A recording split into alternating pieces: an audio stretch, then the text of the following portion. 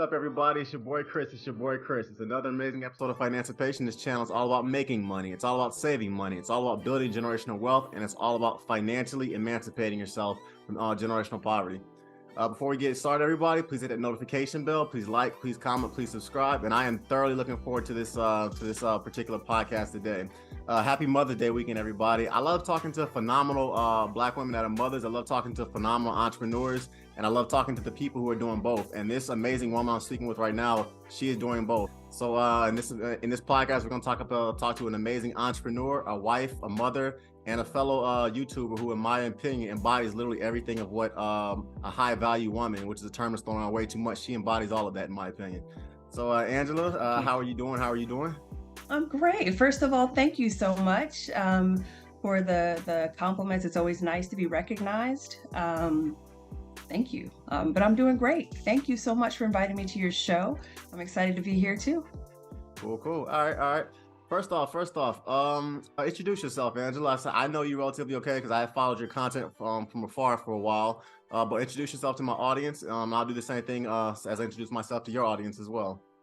Certainly. So, there's a lot to say. I'll try to make it concise. I'm not the type of person to talk about myself a lot, but as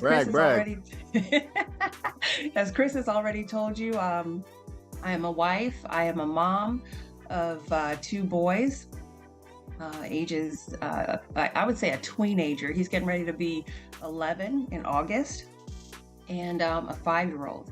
So both will be graduating. One will be graduating to middle school. The other will be graduating to kindergarten. My husband and I have been married for almost 19 years. It'll be 19 years in July. I am an entrepreneur, as I call myself a mompreneur, because I'm doing the mom thing and the entrepreneur thing. And for those mompreneurs out there, if you know, you know. And it's one of those things where you are constantly thrown into different situations, and you have to make it work with your life the way that it does. I'm also a human resources professional. I've been in that field for over 20 years. I hold a certification, PHR, for those people in HR, you're aware of that. It's kind of the bar exam of human resources, this 4-hour exam that 200 questions. And basically once you get it, you're psyched and you just want to hang on to it. So you make sure that you get your, what they call CEUs, make sure you keep it current. And I like to do that. I like to know what's going on in the field, because really I relate that to what I'm doing now and how I'm coaching moms, which leads me to that. I am a life coach for moms. I empower them to identify their purpose and then live it fully while they're taking care of their families. And that's the key, because a lot of moms feel that they can't possibly do that. And I'm here to tell you that yes, you can.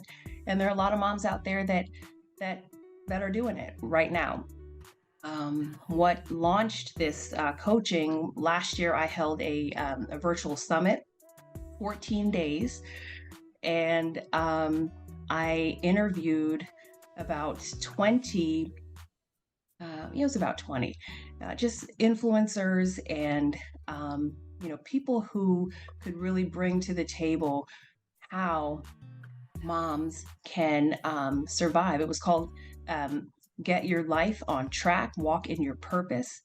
And from that, now I have a talk show that I just launched last month. And I think that's probably what you saw on YouTube. Absolutely. And again, it's just trying to get moms to live their dream while they're taking care of their families, and giving them ways, methods, strategies so that they can effectively do that. Got you. That's beautiful, Angela. That's beautiful. You were in corporate for 20 years. You're still in corporate and you're working, are you still in corporate, or are you working full-time as an entrepreneur? I am still in corporate. So there are moms out there, and it's interesting that you asked that, because a lot of times, when I target moms. I'm targeting either maybe stay-at-home moms or moms who are just trying to be mompreneurs. But there's a huge segment of us who are doing both. Absolutely. So, we're working and we're entrepreneurs. And it, it's so interesting because yesterday I attended a seminar. It was in the field of human resources, and I knew the speaker, and he kind of put me on the spot, but in a good way. At the end, because we used to work together years ago, and at the end, he said, "Hey, I see what you're doing on YouTube and Facebook. Why don't you tell us a little bit about that?" I was like, but I was ready to go. So I gave him my elevator speech, right? I stood up, did my elevator speech to the room, and let them know that I have this talk show, let them know that I'm a life coach for moms. And surprisingly, at the end of the seminar, I was approached by three moms who are in the workplace right now and struggling. One who just had a newborn, another who has three kids, working on her degree and starting a business Definitely. and still working. And it's like, you know what? It's almost like we, not that we held hands, but, figuratively speaking, we were able to just encourage each other in that moment. And I was able to give them a little bit of um, advice, suggestions. One of them took my information. She wants to put it in the newsletter at her job. So I believe that's my target right there because when you coach people, you're a mirror of yourself because you're coaching people to bring them to a place because you're an expert. You've traveled that road. So that alone makes you an expert, Yep. plus the other certifications, et cetera. But it's like you don't even need all that. It's like by what that's powerful, and that can actually help people a lot. Absolutely. Absolutely. It's a beautiful thing, Angela, and I agree completely with everything that you said. If I were to introduce myself very quickly to your audience, my name is Chris. I am a mechanical engineer. I design a lot of very large buildings and everything like that for federal government, for private industry, for developers. Some of my projects include data centers. Some of them include community buildings. Some of them include public libraries, federal buildings, a lot of things I can't even honestly talk about to some extent. As a mechanical engineer, I got my MBA in finance, and the reason why is because I got sick and tired of people who did not look like us, who came from a very different background, giving terrible advice to people who do look like us, not realizing that there are differences between the cultures. And when I started seeing the terrible financial advice, I was like, no, I have an MBA. I know the information people is giving is garbage, and I have to do my part to kind of educate people on no, there's a much better way and a much more intelligent way to build generational wealth because I was not seeing that or whatever on social media. Additionally, Okay. more importantly, I'm a husband, I'm a father, I've been married for 3 years. I have a beautiful little boy. We'll have as many kids as my wife wants to have. And I just like, I guess, kind of changing the opinion of what society says Black men are because we work hard, we love our wives, we love our families, we are contributors to our society, and that's just not the image that America unfortunately wants to show a lot of the time. But we do exist, everybody. There are a lot more people like me than what they show on television. Right. Um, Quick question, Angela. You said something earlier that kind of blew my mind. What is a mompreneur? I love that term. What is? I want you to. I have an idea what it is, but explain that to me. What is a mompreneur? I guess. So a mompreneur is exactly what it is. We're just combining the word mom with the word entrepreneur. So a mompreneur is a mother who is starting a business, has started a business, has a business running, but someone who even has that entrepreneurial spirit. And usually you'll see mompreneurs who are maybe it doesn't have to be this way, but maybe someone who has a newborn and they're, during nap time, they need something to do. So maybe they started their own business. Maybe they started network marketing. Maybe they did something, but it's, you know, forward thinking outside of the box where you don't actually have to go to a workplace and work for someone. You can actually create your own income, create your own wealth. Um, And again, that was just an example. Mompreneurs are of all walks of life. So it's not just a newborn. There's mompreneurs with teenage children, mompreneurs with adult children. But all of us are mothers. The skills that we have as mothers, we use them in our business, and that's what makes us mompreneurs. Absolutely. Yeah. What advice would you give the stay-at-home moms or the mothers who do work to 50 to 40 to 60 hours a week that are being told essentially by career women that they are less because they're stay-at-home moms? What's the advice that you would give to the mompreneurs who do hear that oh well if you stay at home you're not you don't contribute as much to society as the women who do work in corporate America, because that's something that I do hear unfortunately in my community. Wow. Well, um, I was a stay-at-home mom for 3 years. My firstborn son, who's now 11, for the first 3 years of his life, he did not go to daycare or preschool or anything. I taught him at home. We went to the library almost every day. There are programs out there. Um, it's a very respectable Absolutely. um, uh, lifestyle, because what you're doing is you are, and not everyone is able, because really, and this is just as an aside, there are some people out there that wish they could stay home with their kid and they can't. Wish they could stay home with their baby and they can't. They're not able. Not everyone is able. And so there is this segment of the population that will turn their nose up and say, "Oh well, that's not real work," or "Oh, that's not you know real I don't know a real career." But I'll tell you what, it is the most difficult job. It's the toughest job you'll ever love. That's what a friend of mine said to me at the time that I was doing it. And it's 24/7, Chris. It's not like you go to work and then you leave your job and come home and then go there the next day. Um, when you're home with your children, it's 24/7. It does not Right. stop, right? So even when they're napping, it doesn't stop. There's always something to do, because you're going to be looking at either a pile of dishes or laundry or housework that hasn't been done. And you have to, within your mind, think, how can I segment this? I have this much time. So what should I do with that much time? Or I have that much time before the baby wakes up. So what can I get done at that amount of time? And so you find yourself prioritizing. You find yourself, we could call it juggling. Um, and you have to be kind to yourself, because not everything is going to get done. As a matter of fact, a lot won't get done, even late at night. But again, you have to take care of yourself, etc. But I would say, if I were to just give advice to a stay-at-home mom, and they're hearing all that noise about it not being a real job, just ignore it. You you do what you're doing. It is something that you will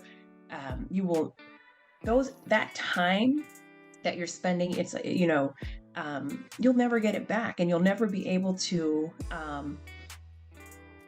How can I say, time just goes, and it's like that particular those moments, they need to be cherished and they need to be appreciated.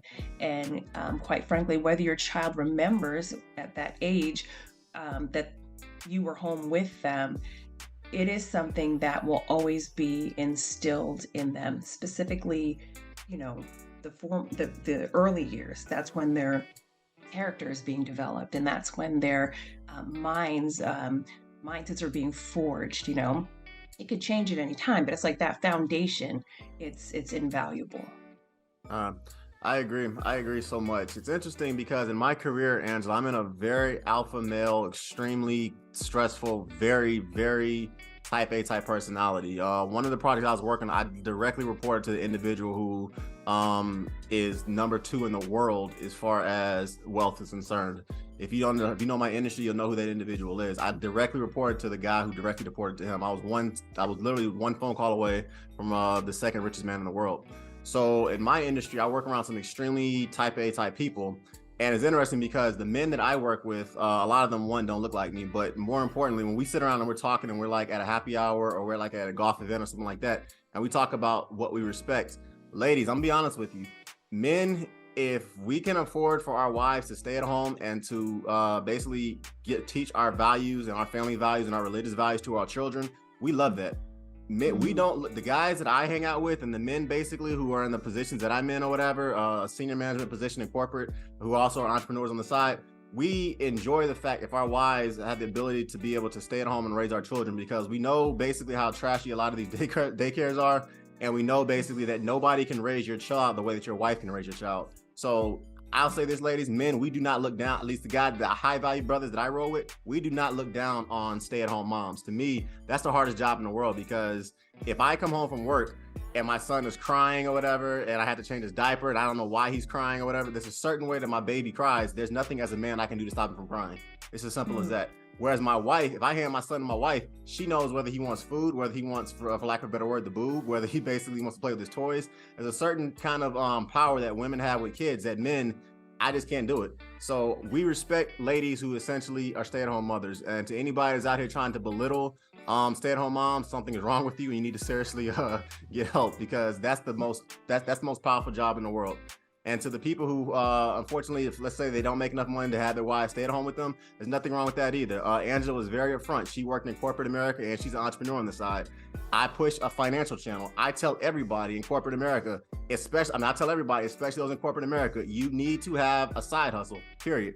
Whether they're working at 10 hours a week, whether they're working at 20 hours a week, everybody in America needs to have a side hustle, because the fact of the matter is they don't pay us enough, in my opinion, enough to work for someone else for the entirety of your career. And with the way America's healthcare system is set up, working in corporate America is very good in that respect, because it does give you healthcare, but everyone has a passion that you can essentially work on the side. And the way Angela's doing it as a mompreneur, everybody needs to be doing something similar to that, period. That's a mouthful. That's a mouthful, and, Go ahead. no. Everything that you said, it's completely understandable. And I don't want to slight, though, the moms that aren't staying at home or choose not to stay at home, with their children. With my second, I wasn't able to stay home with him, so he had a private babysitter at first for the early months. And then it was a friend of ours. So we brought him to her home. And then when she couldn't do it anymore, then I found, a daycare that I was comfortable with. But, it's interesting, because even as a mom, sometimes you have to deal with, the feelings of guilt, leaving your child and, wondering if you're doing the right thing. There's a lot of mixed emotions that go with that.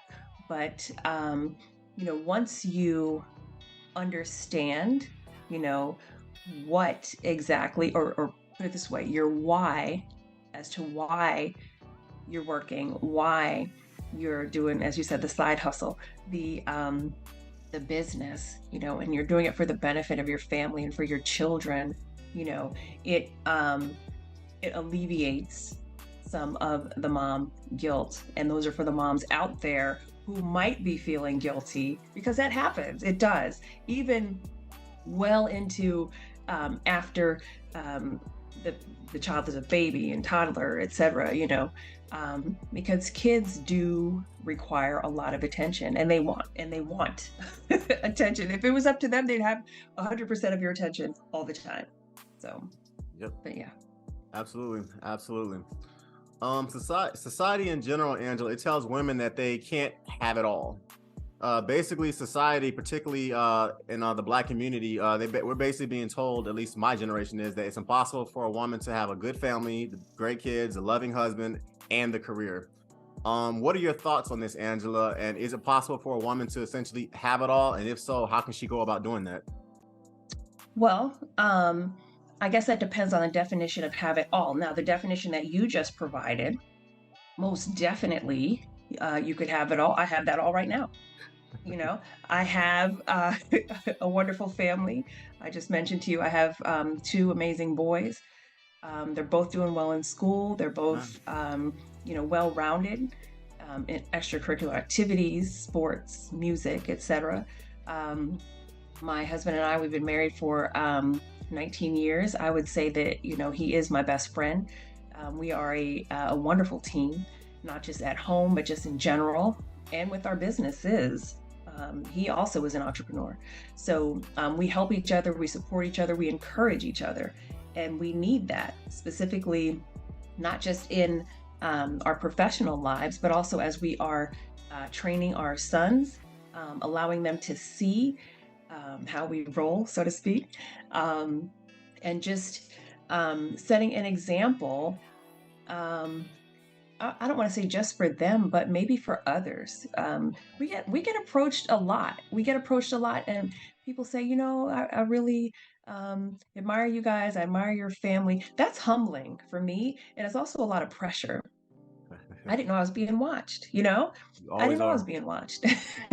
So, but it's also an encouragement that that it's like, okay, we're not perfect by any means, but we know what we want out of life.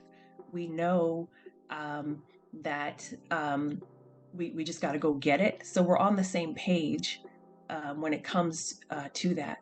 So what would I say? Yes, you can. You can have all of those things. You can have your career.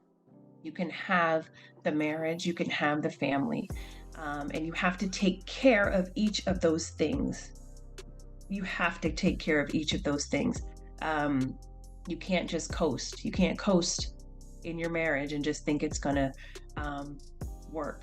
You know, you have to treat it with care. You can't coast in your business or else it's going to fall apart.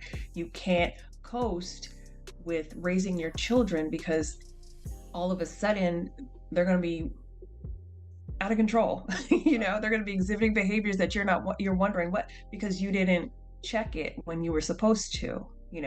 So in all of those avenues, you can definitely have it all. Does it take a lot of work? Certainly. Nobody said it's going to be easy, but is it worth every moment? Yes. Go ahead. What were you going to say?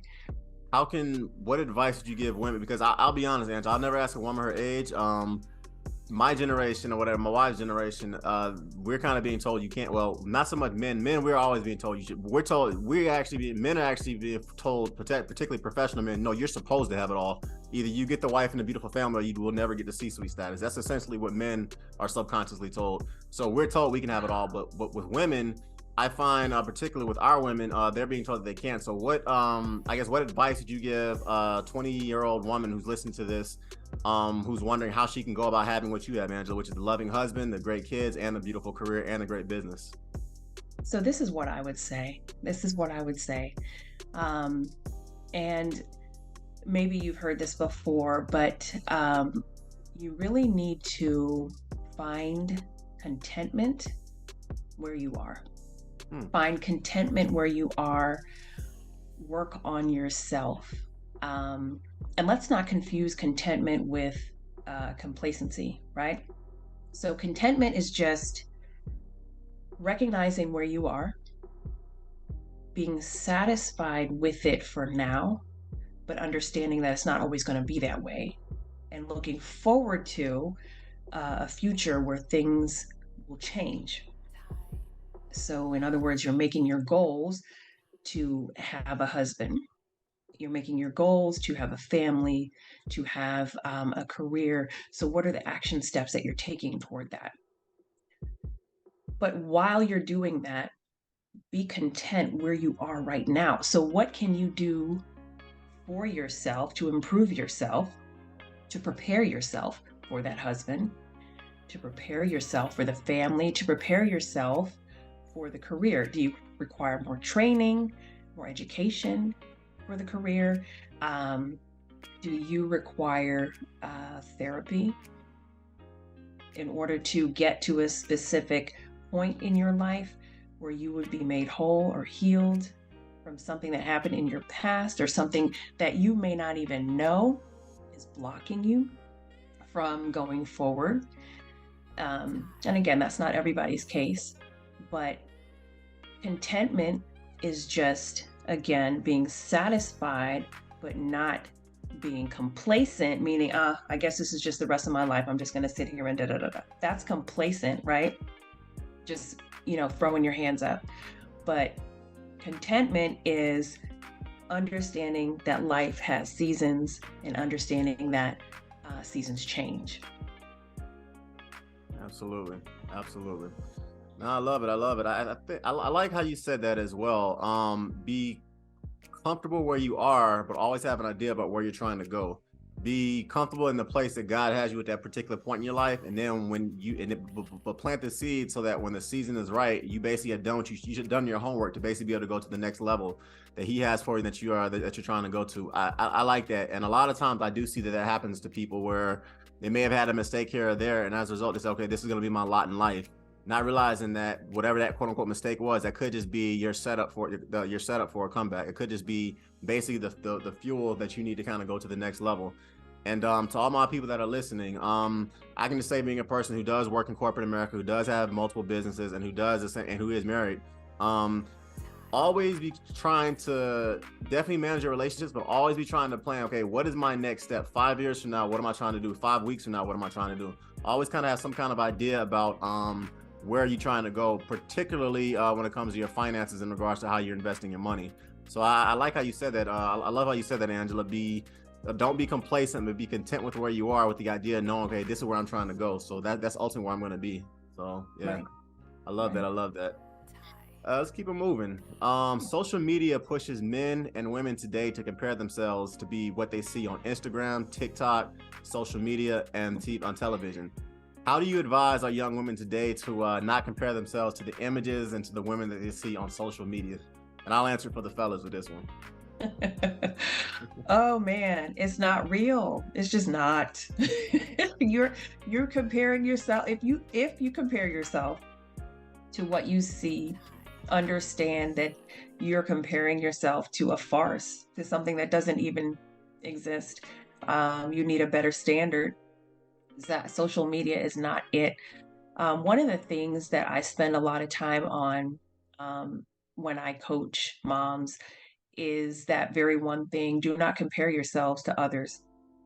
That is going to be your worst enemy, because when you do that, it automatically paralyzes you.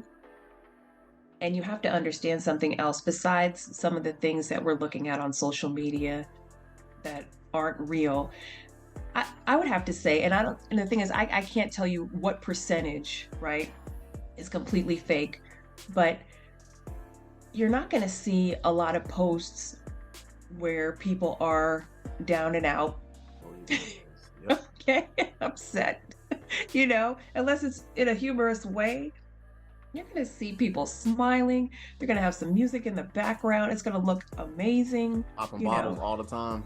Okay, even things that people do, there are times, and this is just something personal. So I'll post like some of the things I do with my family, and people come up to me, "Wow, you guys travel a lot." No, we don't. I just posted, something, and maybe it made it look that way, and I wasn't trying to make it look that way.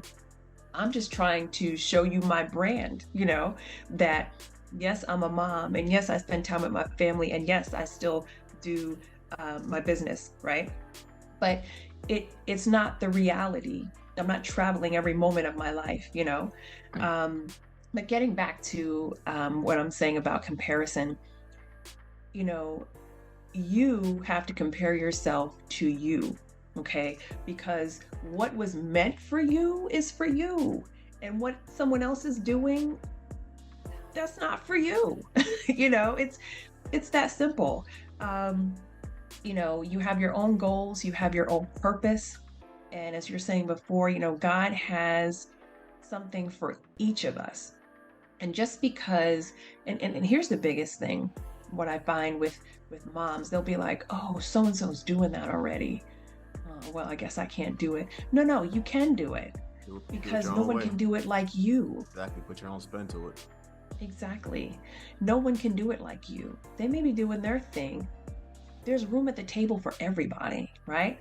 And what God has for you is for you. Everyone has heard that term, most people, you know, it has your name on it. So somebody else can't come get it because it's not theirs, it's yours, and vice versa. So stop comparing. Stop comparing. And it's easy to do, Chris, right? How many times somebody just got a new car, somebody just, got a new house, or oh my goodness, they're showing all this stuff, and you're like, oh man, when's my turn? When's my, but it's like, I'm not even worried about that. You know, I know what I'm doing, and I have to keep doing it at a steady pace if I want to get to my goal. And whatever that person's doing, congratulations, that's a wonderful thing.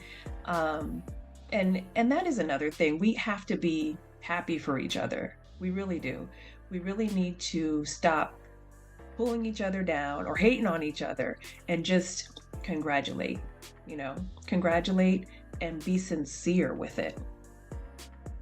Yeah, absolutely, absolutely. I modeled for a little bit, and one of the things that I remember when I used to model was that I would see women that were, no offense, you would not literally look at them, you wouldn't give them a second thought if you saw them walk by you on the street. But after when we would be ready to do a modeling competition or whatever, they would go into a room, get their makeup done. When they would come out, you'd be like, "Whoa, the same girl?" And I say that to say this: Instagram, and I'm going, Instagram and Facebook are the exact same way, people. Some of the people that you see on Instagram, if you see these people in real life, they don't look anything like that. And, Right. as far as dudes or whatever, some of these same guys that you see pretty much on social media, I'll talk for the fellas first. You see them popping bottles all the time. You see them with a new car, new this, new that. Whatever comes, whatever you get fast, crashes faster or whatever. And some of these people literally are living paycheck to paycheck, credit card to credit card. I remember hanging out and partying with some people down in Miami when I lived there, and when I was in Miami or whatever, these individuals, when you go to their places like in downtown Brooklyn and stuff like that, which is like the Manhattan here in Miami, Miami, yeah, they literally do not have couch to sleep on or any food in the fridge. it's But true. if you see these guys lives on Facebook and on Instagram or whatever, I mean, they got beautiful women all around them who they're paying for, who they're renting just to be in the pictures. They got the liquor, they got all that kind of stuff, and it's like it's a facade. But they got 1 million followers and things like that. And it's the same way with some of the women that I would run across or whatever. They have these glamorous lifestyles, but if you really get to know them, there's nothing there. The guys that are quote unquote in their life, they're not there for any purpose or whatever. The money that you think these women have, if you knew what they're doing to get it, it's not what you would want to do as a wholesome individual.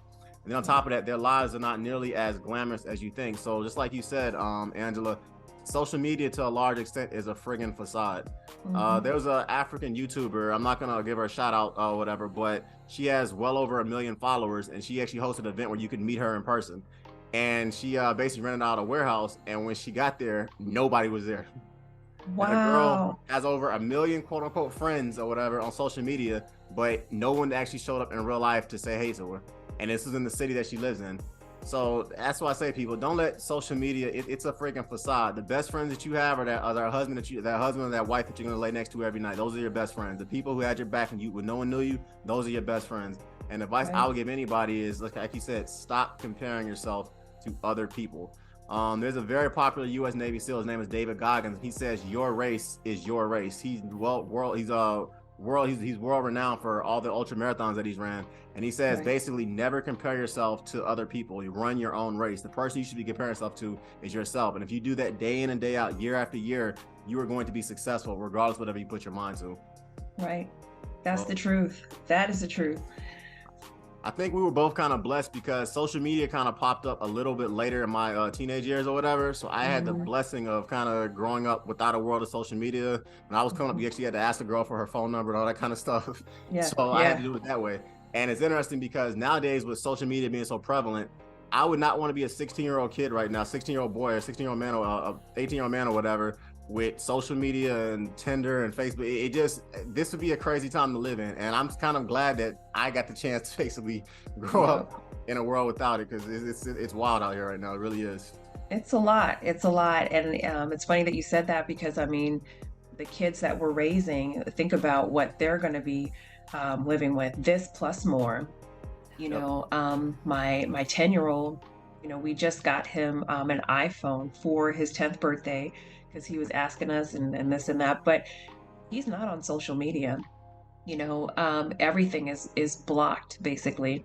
You know, we have very much control over what he can do.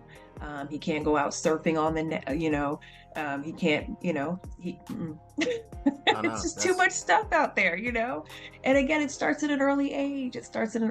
So whatever he sees can really influence his mind. And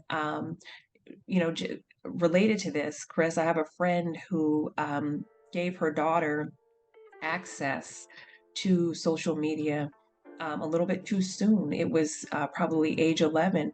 And what she realized, my friend realized about her daughter was so concerned. Oh, I just posted. Oh, how many likes did I get?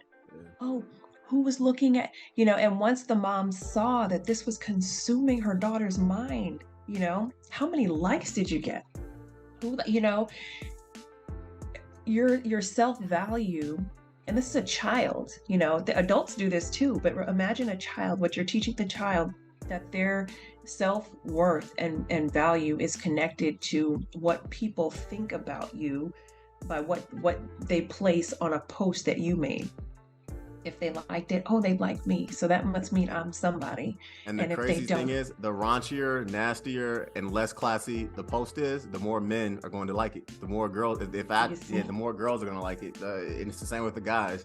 The crazier, more ratchet, more hood our pictures are, the less clothes we're wearing, more women like it.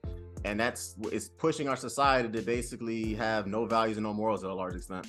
right. So needless to say, she had to take that thing back from her daughter.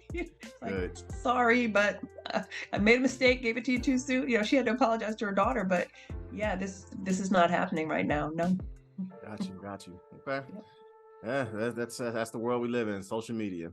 Yeah. With this being Mother's Day weekend and everything, this is a question I actually wanted to bring up because it kind of brings home as far as the Black family and the importance. I love the fact that you and your husband are that example of what a strong nuclear heterosexual Black family is supposed to be. Thank you. So, yep. What are two reasons why, Angela, we need to bring back the nuclear two-parent Black family, and what are two ways we can go about bringing back the nuclear Black family and make it normal again? So, what are two reasons why we need to bring back the nuclear Black family, and what are things we can do? We can go about bringing it back, and I'm gonna get some statistics once you're done answering. Okay? Yeah. So, two reasons why we should bring that back. And I'm mindful of the fact that, and I do want to preface it by saying this, I'm mindful of the fact that there are families out there who are that have single parenthood is a reality, no fault of anyone's. Okay, I'm mindful of that fact.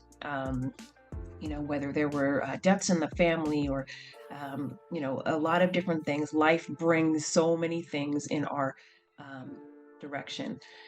The nuclear family, however, and I do want to say my roots are very much biblical.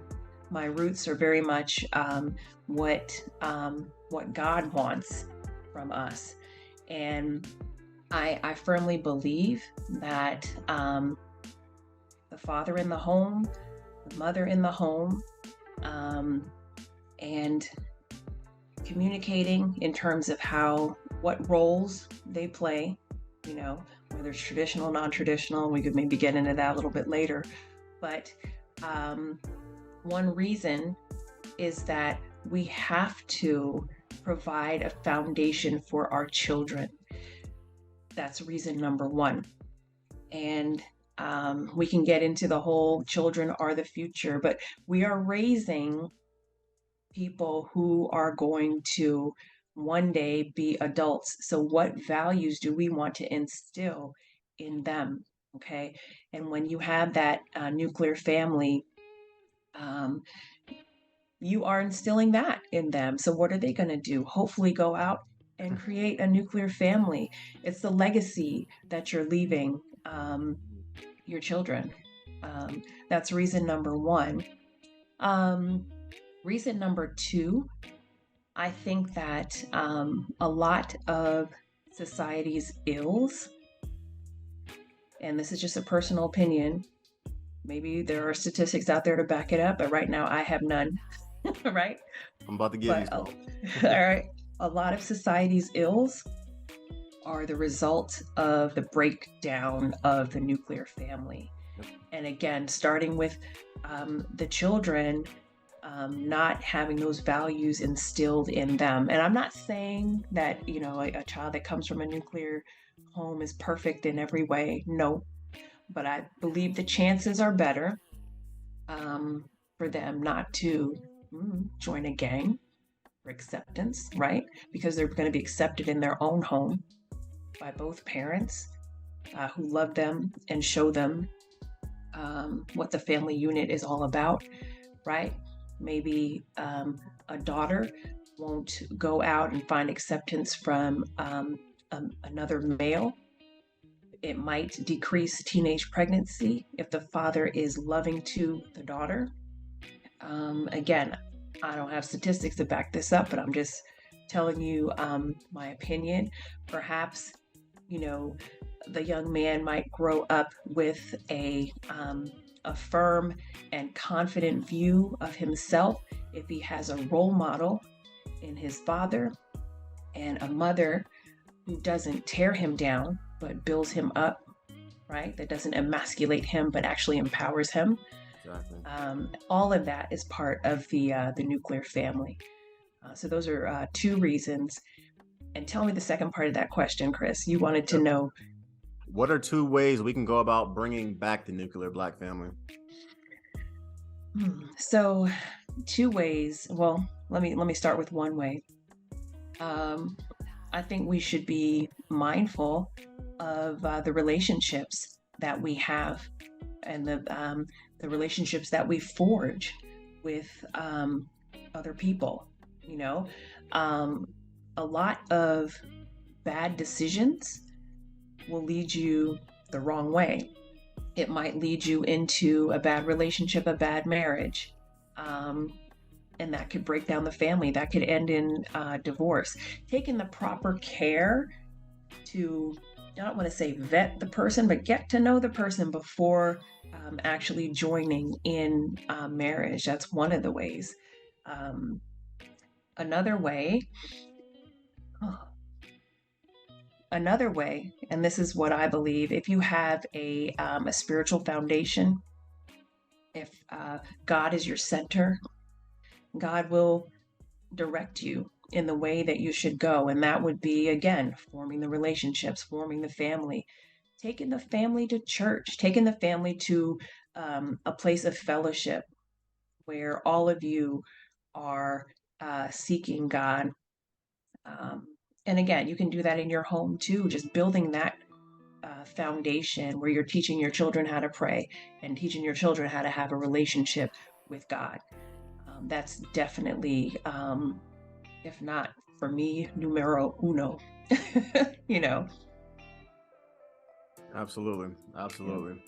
So on Financipation, I like to get very real with numbers. I'm an engineer, so I live in a world that is legit. 1+1 is 2. I live in a world of facts and numbers. That's just the way my mind, I'm an analytical type A guy. That's the way my mind works. So I always like to look at statistical things and numbers to kind of say what I say, because I don't like really using opinions. And it's interesting, Angela, you said the same things that you said, because based off of the studies, this is essentially what marriage does for a community. Married couples on average have 35 times more wealth than single people. Married couples are 4 times more likely to move from poverty into the middle class. 90% of homeless and runaway kids come from single mother homes. 85% of men in federal prisons today come from single mother homes. 80% of rapists come from single mother homes. 71% of high school dropouts come from single mother homes. 70% of 63% of youth suicides come from single mother homes. 6 of the 7 deadliest mass shootings in U.S. history were carried out by white men under 30 who admitted that they never knew their father. And these are men like Dylan Roof. Conversely, girls who grow up in single mother households are 4 times more likely to be pregnant before they're 18 years old. What do the Crips, the Bloods, MS-13, Al-Qaeda, neo-Nazis, and mass shooters universally all have in common? All of them come from typically from fatherless homes. Children born in single mother homes are also 4 times more likely to move from the middle class and into poverty. So, additionally, it should also be noted this, because we're both black. If you read slave manuals, the #1 way that white slavers said to keep the black people, keep the black unit, the black family, whatever, in poverty, was to essentially destroy, denigrate, and absolutely rip the father from the household. Yep. So the family unit, everybody, and marriage, I'm gonna say marriage is a foundational building block of any culture, any community, and any country. When an invading army comes into a new country, the first thing they do is they kill all the men that are basically able to fight back and all the men that are basically able to produce children. Why? Because when you take the man out of the home, hellish effects literally come on society. And when I read these studies or whatever, and I can put the links and everything below, as far as what happens when you take the men out of the household, that is the reason why I am so pro-marriage. At the end of the day, this is also a financial channel. Once again, the average person the average married couple builds 35 times more wealth than single people. Generational wealth, and I push generational wealth on Financipation or whatever, is built literally by the family, because it makes perfect sense. If I make $100,000 a year, my wife makes $50,000 a year, we can live off my $100,000 a year salary and then invest her $50,000 into index funds, into REITs, into real estate, and into property. But if you're trying to essentially raise multiple children or whatever on one income, it's extremely hard to build wealth and capitalism doing that. And that's why I push so hard against, I would say, my generation that is pushing this thing about marriage is outdated and it's for old people and don't do it, because that's the kind of crap that I'm hearing from so many people around my age group. And when I see these statistics or whatever, and it's not just a black thing, because once again, this is the most mass shooters don't look like us or whatever. It's literally destroying America. And that's why I'm so adamant about we as a community need to bring back the black family. It's as simple as that. That's a lot of truth. That's a lot of truth. And you have the empirical data there to back that up. And what's interesting, because I do hear people say it all the time, that either like, why get married? You know, for what? It's just a piece of paper that says you're married, and why, when you can just live together, or it's the same thing anyway, or people just doing things that married people do, but they're not really, married. And like you said, after a while, after hearing that, is you just kind of have to shake your head. But I never heard it like how you just put it. So that's interesting, very much. Yeah, I got those statistics from Heritage Study and from Pew Research Study. Additionally, some of these numbers you can also get from the census data and things of that nature. So black people, wake up. There's a reason why on all of our television shows, they're showing basically degenerate black guys who can't get a job and can't lead or protect their families. And they're showing, I hate to say this, they're showing our women basically, quote unquote, being strong and independent, not needing a man. They're showing this crap in reality, in the fantasy world, because in reality, it's absolutely wrecking our communities. That's why I like Financipation. I typically do talk about money, but when you hear stuff like this, it kind of lets you know, how in the world are you going to build a community and compete with wealth against other communities if your families are in shambles? And that's essentially, unfortunately, what's happening in our community, and we got to change it. I love the representation, Angela, that you and your husband are giving. Just because, as a person who got married in my 30s, my wife is a lot younger than me. As a person who got married in my 30s, I would look at couples. I've not had the pleasure of meeting you in person, but I would meet people and I would see couples like you and your husband and say, you know what, that's ultimately what ultimately one day, that's what I want. And seeing your example, a sister who's essentially raising her sons, who's happily married, that's the representation that our people need to see. And I think the more black couples that are seen, and more importantly, the lifestyle that you're giving your kids, people who are trying to go against that are going to start realizing, okay, what I'm doing ain't working. So keep it up. Please keep it up, Angela. I love it. Thank you so much. And by God's grace, hey, that's what we're doing. Absolutely. It's funny you mentioned earlier how people go to you and your husband as far as advice, as far as like, you guys what you see. My wife, her age group is a lot younger than is younger than mine, and her friends are obviously in a younger age group as well. And a lot of them are coming to her as far as, okay, how did you meet your husband? What did you look for with Chris? How did you basically get him? What made him drawn to you when he could talk to other people? And it's really interesting the advice that she's giving her girlfriends, because a lot of other women her age are basically saying, just be out here, hot girl, summer it up, sleep with as many guys as possible, and then when you're 30, you'll find your husband. And Reba is telling them straight up, no, that is the absolutely horrible way. You will never find you will not find a quality guy if that's the reputation that you want. And it's kind of really beautiful to hear women like her and women like you, Angela, because I think that you're changing the trajectory of certain young women's lives, and I love seeing that. So yeah. Thank you. Thanks so much. And that is so important. Um, and and you have to remember, or you have to wonder where certain people are getting that from, like, live this way and maybe, it'll happen that way. But um yeah, it is time for us to speak up and say, you know what, you don't have to be me, you don't have to do everything I did, but there are specific principles in terms of having your self-worth, being confident in who you are, and that alone, will attract your one, that one. Absolutely.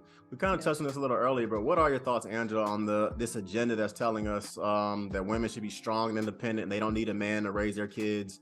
And conversely, this agenda is telling men to go out here, smash as many women as possible, sleep with as many women as possible, never get married. What are your thoughts on this toxic agenda? Because that's kind of what we're hearing a lot today. It's interesting because I will have to admit to you, my dad, right? One of the things that he said to me, I'm the only daughter, and he said, you know what? I want you to get your education. I want you to be able to support yourself. This is what he said to me. So that way you will not have to be financially dependent on a man.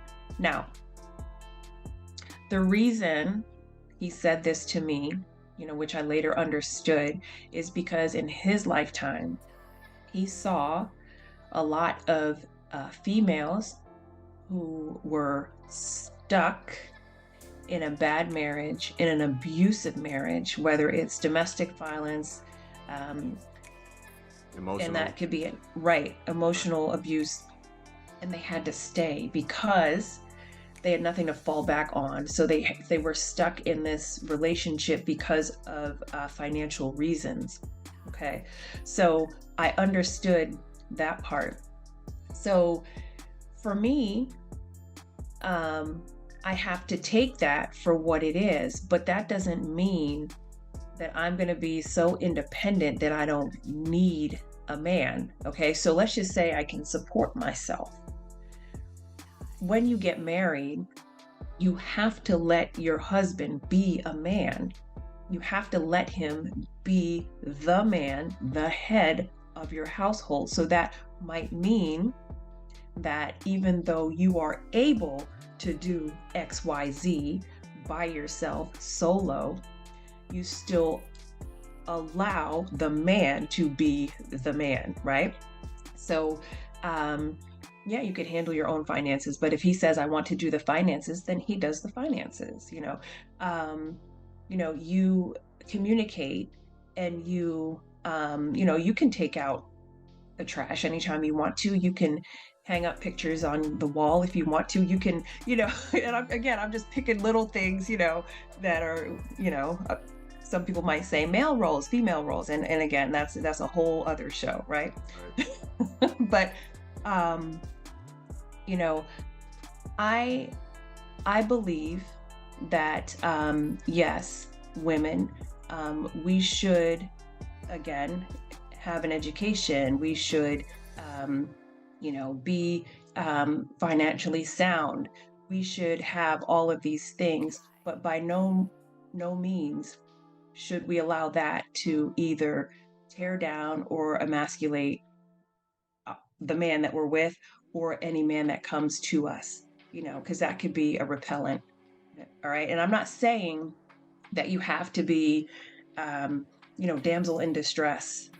You know, there's a there's a fine line, and in terms of men who are out there just doing their own thing and just taking advantage of women sexually, that's not going to get you too far. It's not going to get you too far. I mean, who do you expect to be with at the end of the day? You know, women can smell a player from far, from far, and that's not exactly who we want.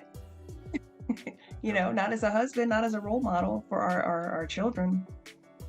Yeah, I agree. It's interesting. I've met people before. These guys, billionaires, multi-decade millionaires, hundreds of millions of dollars in the bank. They have multiple cars, multiple houses. They got beachfront properties, beachfront condos. Live on the 45th floor of a downtown penthouse in Miami, whatever. And these guys they have access to different women, beautiful women, or whatever, every quote unquote night of the week if they want. But after like doing business with these gentlemen and working with them on their finances, or just working with them on different engineering systems or whatever, you get to kind of spend time with them a lot more than you get to kind of know who they really are, and they're miserable. They're miserable because the people who are in their lives, the women who are in their lives, are robbing them. They're taking their money. They're giving them diseases. Possibly they can't trust. They know they can't trust them, and they're just not happy people. And I sometimes wish that some people could get a kind of point blank look at some of the billionaires and like decade millionaires and centennial millionaires that I've been around who have these kinds of cash, and see that having that amount of money and having access to that kind of women, it does not make you happy. And Right. sometimes I wish people could kind of see this kind of stuff because their kids don't love them, their wives are cheating on them, their girlfriends don't want them. And you kind of start to see that, okay, quote unquote, having what you think that you want, this great Instagram life, these women that you have, that these men have access to, fellas, it gets old at some point in your life. And you don't want to be 75 years old still trying to pick up women, having to pay nurses to take care of you because you were out here being a whore or a player or whatever. Eventually, Right. it gets old. Right. And I like, Angela, how you kind of said that, because from my experience or whatever of dating a lot, and from my experience of also just being around men who never wanted to who wanted to be rebels, who wanted to be at their end of their lives, was not something that you wanted to see. Nothing is sadder than seeing a guy who at his funeral he's got two people that are there, and one of the people is a pastor, because he has no Right. friends, no family, no girlfriend, no wives, and the kids all hate him.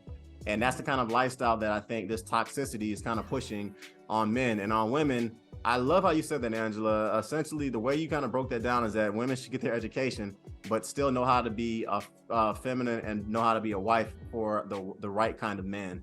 Mhm. And that's a message that a lot of women I think honestly need to hear, because I can't tell you how many women I know who destroyed their marriages because they were chasing this dream of he doesn't make enough money, and they thought that at their age they could get out here and date again. I'm like, you do realize that at 39 dating is a lot harder than it was at 25. And Yes. Yeah. but when you ask them, okay, why would you walk away and destroy a perfectly good marriage and a perfectly good husband for something that for what you have now? You're lonely every night, nobody wants you.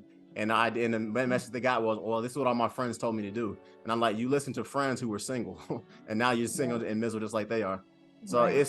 it's really crazy. And I love what you said, Angela. That's a message I'm gonna definitely have to chop up and send to some people, because it's a message that needs to be heard as far as women and everything. Yeah, definitely. And you really have to be careful who you take your advice from. Like you just said, you're taking your advice from someone who is not where you want to be. So how would they know what you know? Because they make it seem so glamorous and so fun with what they're doing, and it's it's nonsense. Right. It, Right. it's complete nonsense. It really Most is. definitely. Keep it moving. I want to be respectful of your time. Actually, a few more questions. You okay with that? Sure. Okay, okay. You talk a lot about family and everything, Angela, and I love that. And I think that it takes. I'm a firm believer in that old African proverb: "It takes a village to raise a family." So, where would you tell a because I don't want to dump too much on single mothers or single fathers, but where would you tell a single mother or a single father to find that positive community or family if they don't have positive family members around them who are going to push them to become better? Where would you tell them to find that community? Because it's very important. That is very important. And you can always find like-minded people, whether it's maybe certain organizations. There are places in the community. So, for instance, I've met a lot of people in mom groups on social media, believe it or not.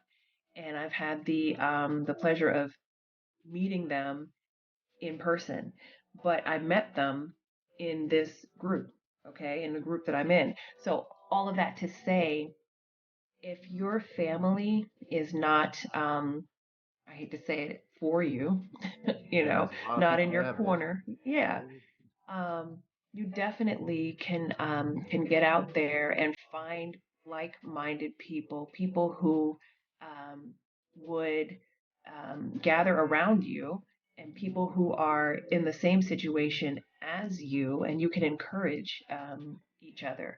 So it's not just your family. Church is amazing. Church has always been amazing for me.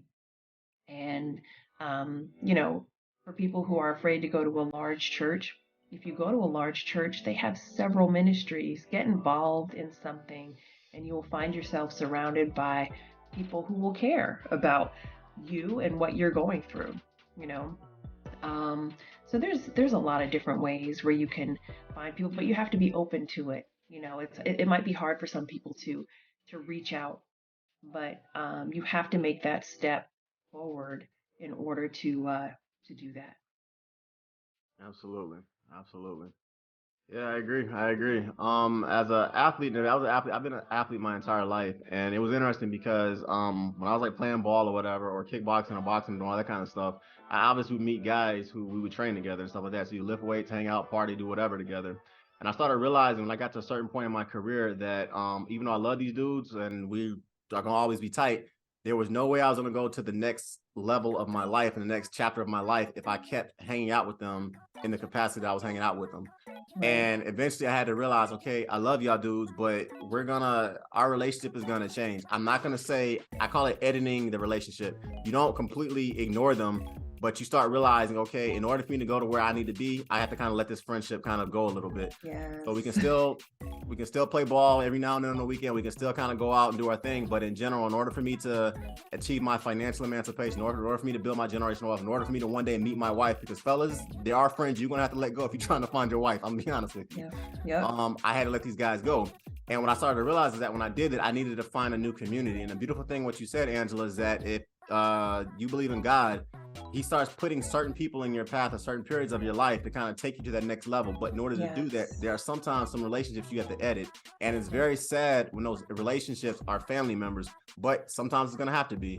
And you Yep. love them, but as we say in the community, some people you got to love them from a distance. It's the truth. It is the truth. And I like the way you use the euphemism edit, edit your friendships. And um, believe it or not, sometimes um, you get to a certain level and it just automatically edits your friendships. They actually let you go for whatever reason. It's true. For whatever reason, whether Start they hating. no longer feel, yeah, You start comfortable hating. around you. Yep. Um, even for little things. There was a situation, just as an aside, I had a really good friend. We used to work together, and at the time, neither of us had children. We were both married with no kids. And she said to me, "Oh, I don't even know if I want kids." And at that time, Chris, I even said, "Oh, I don't know if I do either." I don't even know why I said that, right? So we're going along our merry way, and then she finds out that I had kids, and all of a sudden she just stopped talking to me. Yep. She just flat out stopped talking to me. And come to find out later on, she sent me a message in Messenger and admitted to me I was a little bit jealous when I found out you had kids. This is the person who didn't want kids, mind you. Okay, so you can say one thing, feel a different way, but when someone else, and the same thing happens, not just with kids, but with your possessions, wealth, um, Your even with your spouse. mindset, right? Spouse, Spouse. with Yep. your mind. Once you start doing different things, it automatically starts eliminating people who are just not. I don't want to say on your level because that sounds condescending, but people who are not aligned with what you're doing. Yep. It's that simple. So true. So true. I mean, I agree. There's nothing I can add to it. People, fellas, ladies, you know you're doing something right when you got a bunch of people that don't like you. I'm just being honest. It's sad to say that, but a lot of people want to be average and mediocre in their lives. Angela, from this conversation, I can tell you absolutely do not want to be mediocre at anything that you do. No, And sir. if you get on your purpose and you work hard and you're not mediocre, you are going to rub people who are very mediocre the wrong way. Yeah. So it's just one of those kind of things.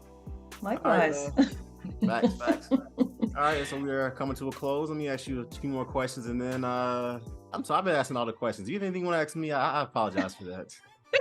No, that's no problem at all. I'm enjoying this.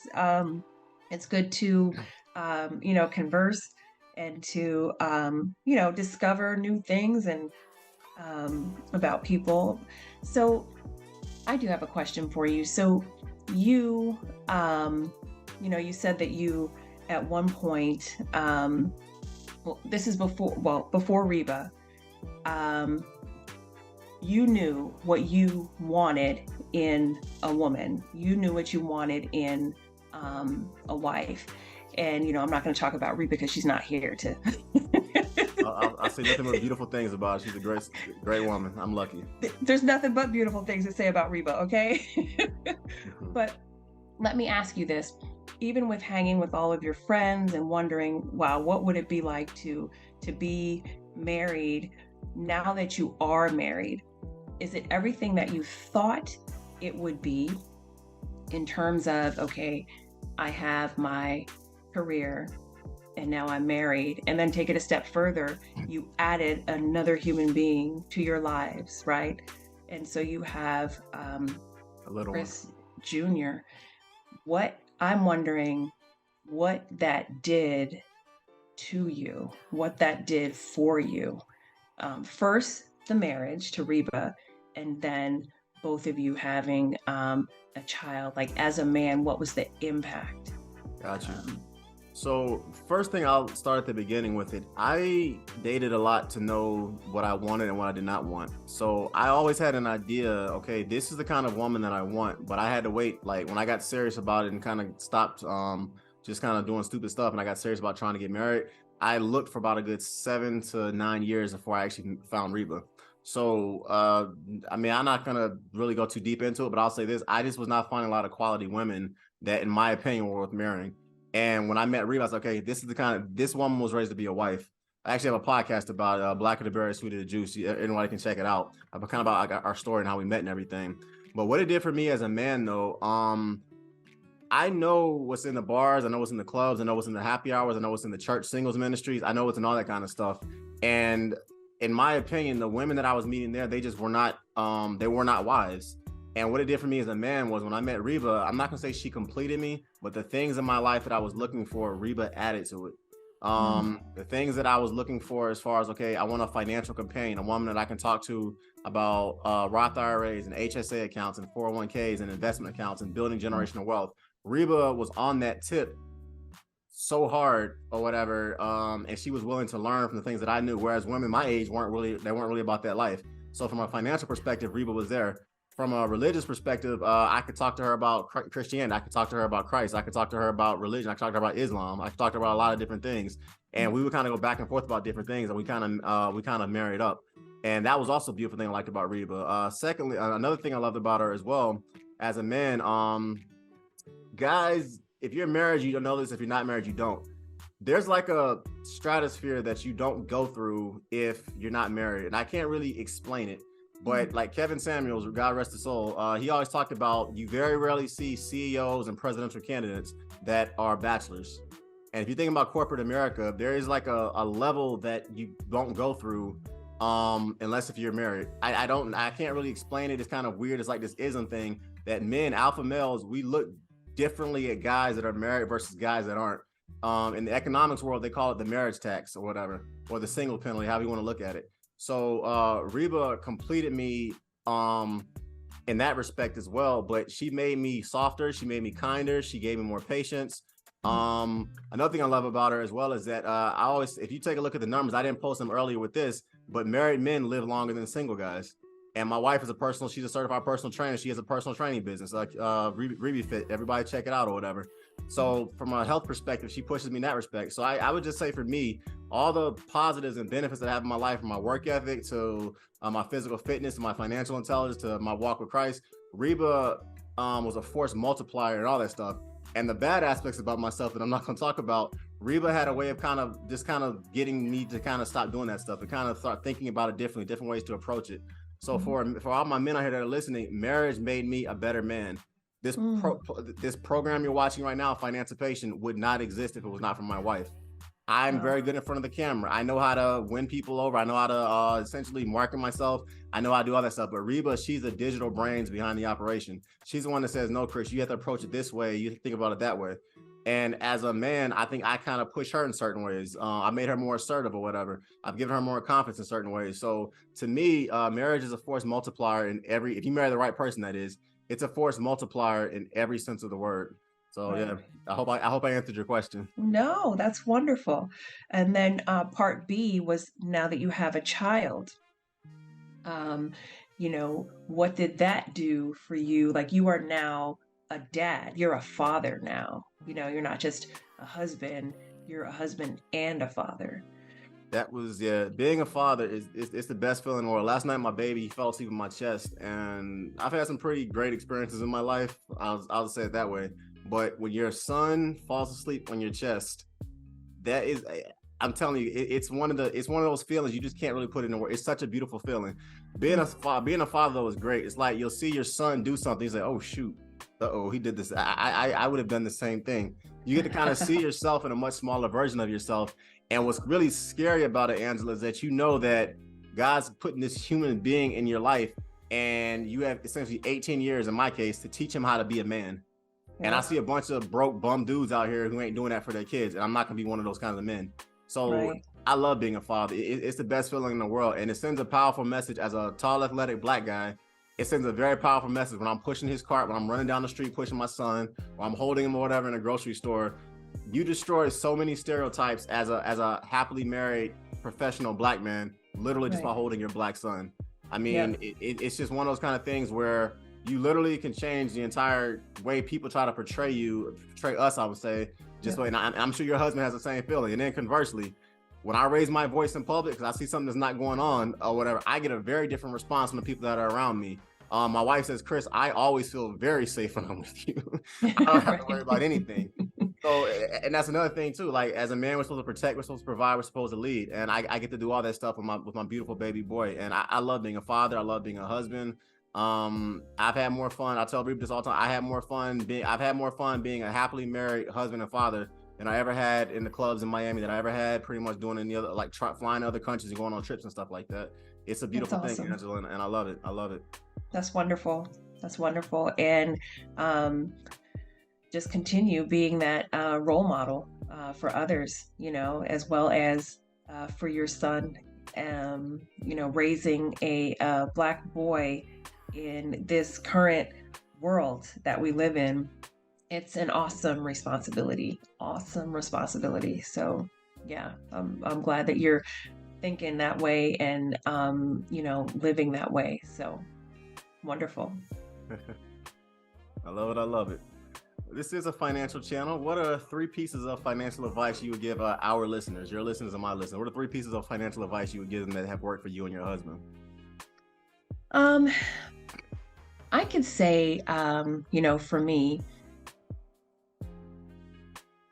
and this is going to sound, I don't know how this is going to sound, but I'm just going to say it. Know the difference between your needs and your wants. Know the difference between your needs and your wants. Stop wasting money on things you don't need. Stop. Stop. That money could be used elsewhere. That money could be placed elsewhere. What do I mean by that? There are a lot of times we see something, and not just little things that are costly. And it's like, we don't necessarily need that, but we've always wanted it. Or, oh, I might need it in the future. No, it's just going to sit on a shelf. It's just going to, stop wasting money. That's, I don't know if that's 1 and 2, but that's just basic, and this is coming from a person who isn't necessarily a finance person. My husband is the, certified financial person, right?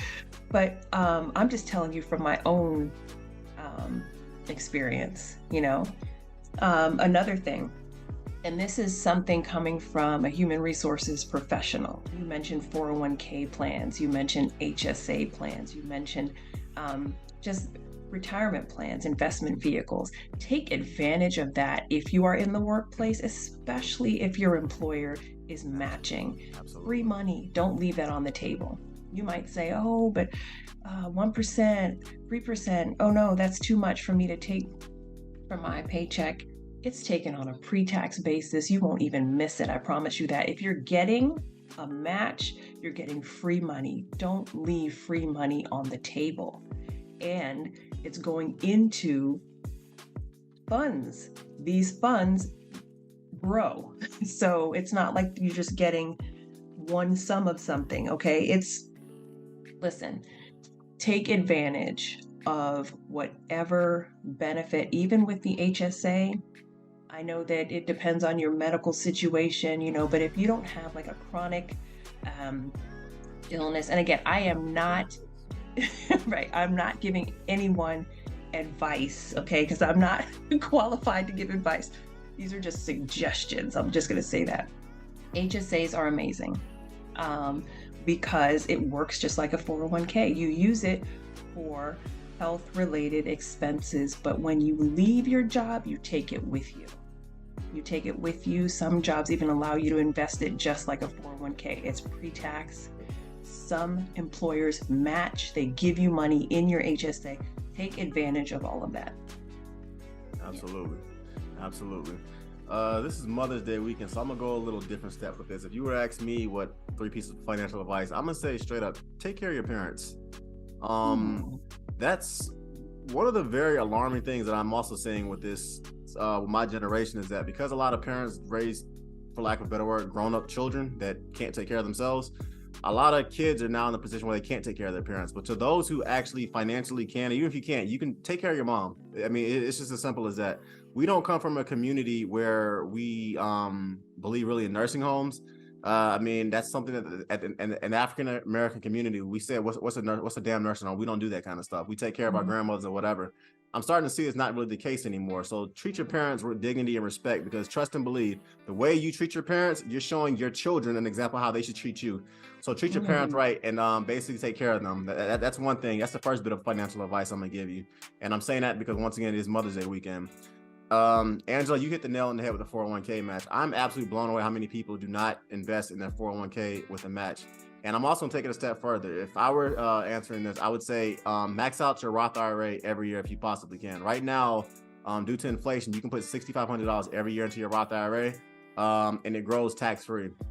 If you invest $6,500 over a 40-year working career, people, you're guaranteed to retire a millionaire, period. It's as simple as that. And you want to have a couple $1 million in the bank when you retire. And the last bit of advice I'm gonna say is that start a custodial account for your children the day that they're born or the day they get their social security number. Put $1,000 into it and then put 1% of every paycheck into that custodial account. And when your child turns 18, they're gonna be like, Mama, thank you, I appreciate that. Because they're going to have they're gonna have basically a leg up for generational wealth. And in our community, that's something that our community really has not been able to do for 400 years. Now we're getting to a point where we can do it. If you start your child off with an $100,000 essentially trust fund or whatever when they're 18 years old, and they can use it to go to college, they can use it to put a down payment on a house, they can use it to become a real estate investor. This is the kind of conversations that I want our community to start moving toward, which is why I started Financipation. Because once again, people, start a custodial account for your child when they get their social security number. Put 1% of every one of your paychecks into that account, and when your children are 18, they're going to be caking. It's as simple as that. And then teach them how to basically multiply that money and to invest it as well. And by the time your child is of retirement age, they're going to have literally tens of millions of dollars in the bank. So Nice. Definitely. Questions, Bob? This is a two-way street, so anything you want to ask me, by all means, I'm all ears. You have covered it all. You have covered it all. You are a wealth of knowledge and information, specifically, on the financial tip. So yeah, great information, great advice. Some of that I'm, processing myself. So yeah, wonderful. Cool, cool. Yep. Books. Readers are leaders. What are 3 books you would advise our listeners to read? Being a woman who's been married for nearly 20 years, you have a wealth of knowledge as well. One of the books that changed my life, Success Principles: How to Get from Where You Are to Where You Want to Be. It's by Jack Canfield, and Jack Canfield is the gentleman who wrote the series Chicken Soup for the Soul. If you've heard of that, that is an amazing book. Another book that changed my life, The Radical Prayer. The Radical Prayer. That's by a pastor named Derek Morris. And it teaches you how to just ask God to put you out there and use you. And whatever that thing is, allow him to do it. And praying that thing and actually watching it happen in your life. And then the other book that I would suggest, man, there's so many. There is another book, and the thing is, I can't remember the name of it. It's having to deal with relationships and marriage. Oh my goodness, I'm drawing a blank on that one. Give me a pass on that. But those two, those two definitely. Got you. Readers are leaders, people. The average millionaire reads 52 books per year. The average American reads 1 book per year. Do the math, okay? I would say The Millionaire Next Door by Thomas Stanley. The African American community has a spending power every year of over $1 trillion. Think about that for a minute. And we're not investing our money the right way, and that's the reason why, unfortunately, we're one of the lowest socioeconomic cultures in the country.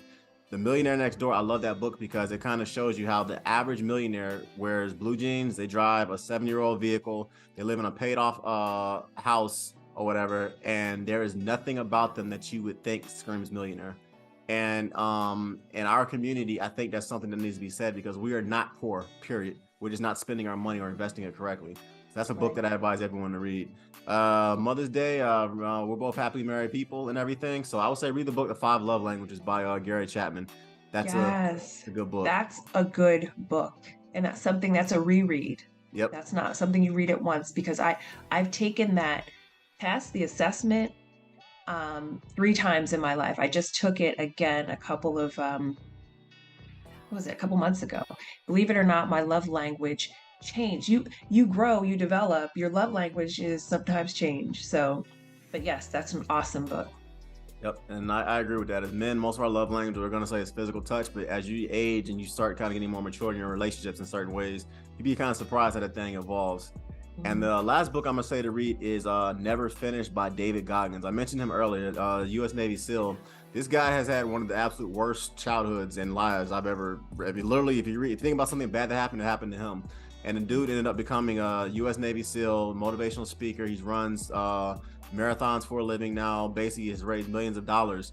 And the mental strength this guy had to go through some of the things he went through, it's extremely inspiring. And you talked earlier about being a mompreneur. You have to have a great work ethic, people, to work 60 hours a week in corporate America, then work 20 hours a week on your business, and then be a husband or a wife.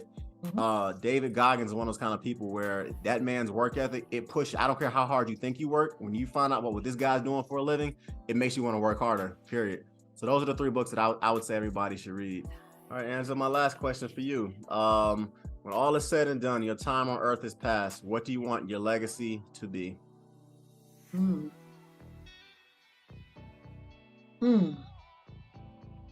I think that I want my legacy to be that I have every gift and every talent that's within me. I want it to have come forth and used to help others, to serve others, including my family, including my children. I want to leave a legacy with them, for them. Teaching them, number one, to have a relationship with God. I think that's to me, the most important thing for a parent, and again, that's just coming from me, um, but teaching them that, because we as parents aren't always going to be around, but God will always be around. And I want them to know that. Um, and as far as I'm concerned, every possibility in me, it just it has to manifest. It has to, um, it's up to me. It's up to me, whatever my contribution is on this earth, to find it and make it happen.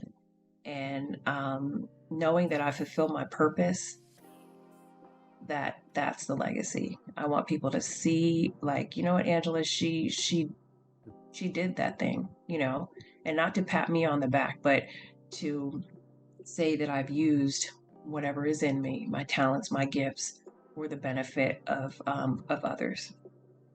I love it. I love it. I love it. Angela, this has been a phenomenal podcast. I think we could probably talk all night, and I really want to say thank you for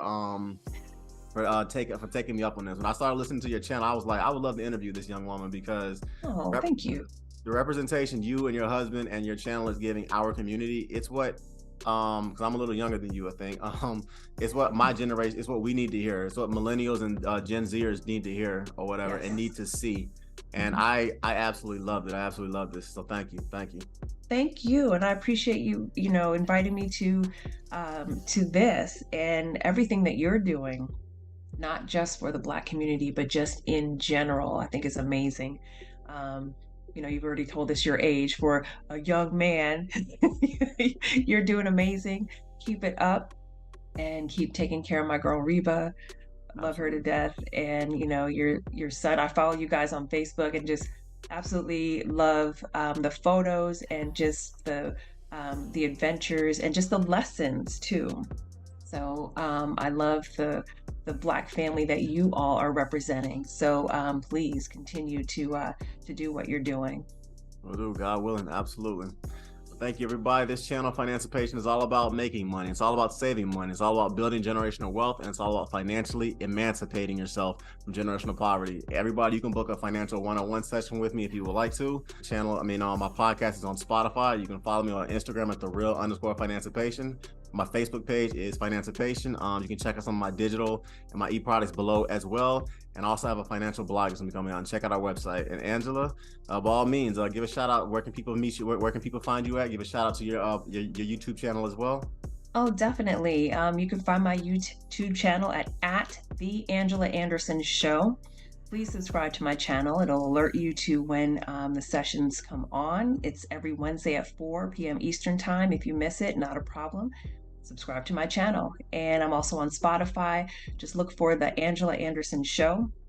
And if you just prefer the audio version of the show, it is also there for you Wednesdays at 4. And it's always there for you to keep recycling if you'd like. Definitely. And same with me, Spotify, just look up Financipation, just like how it's spelled in that sign behind and below as well. And thank you, Angela. This has been a pleasure, and I truly appreciate it. Thank you. Thank you. Likewise, take care. Have a good one. Take care. Peace. Bye. Bye.